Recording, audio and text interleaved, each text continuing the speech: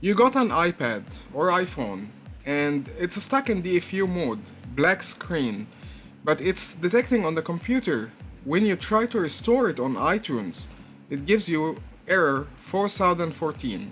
In this video, I'll tell you how to fix it. Hello everyone, welcome back to Ayman the Repair Tech channel. My name is Ayman and in today's video I'm gonna tell you how to fix iPhone or iPad with error 4014. This video is not for end users, it's for technicians. But if you are an end user, you are welcome to stay and watch how we're gonna fix your device. Electronic device problems is not from one reason, and there is no one solution for all the devices, even it's the same problem, even it's the same device. You should do a troubleshooting for the problem so you would know what is the reason or the cause of the problem.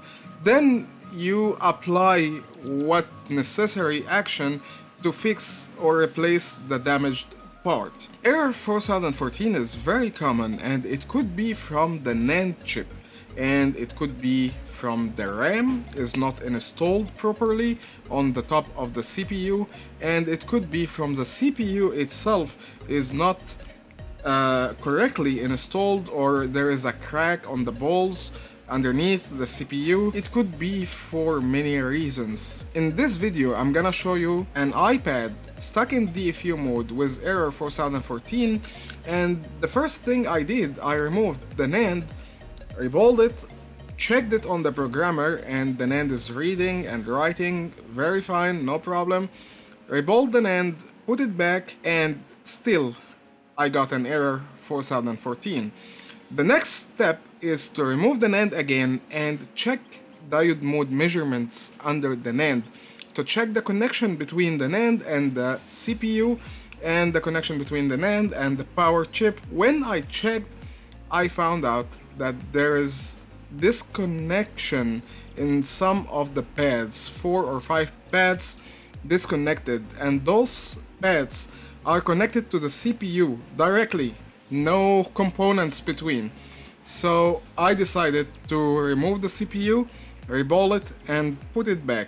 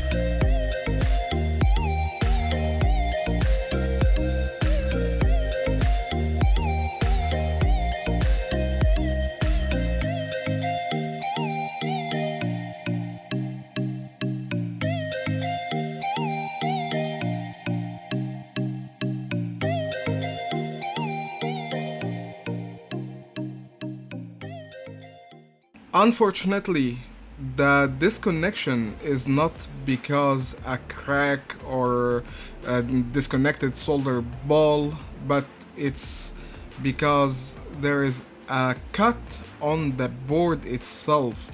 The via, which is between the pads in the middle of the layers of the board, is cracked or disconnected. There is a cut on 5 or 4 rails between the CPU and the NAND. The solution for this problem in that case is to run jumper wires from the NAND directly to the CPU to make like alternative rails for those pads. Really, the device is not worth that kind of repair because it will be very costly for the customer, so I would reject to continue repair this device and advise the customer to purchase a new one for his good. I hope you enjoyed watching this video. Till then, my work here is done and I'll see you next one.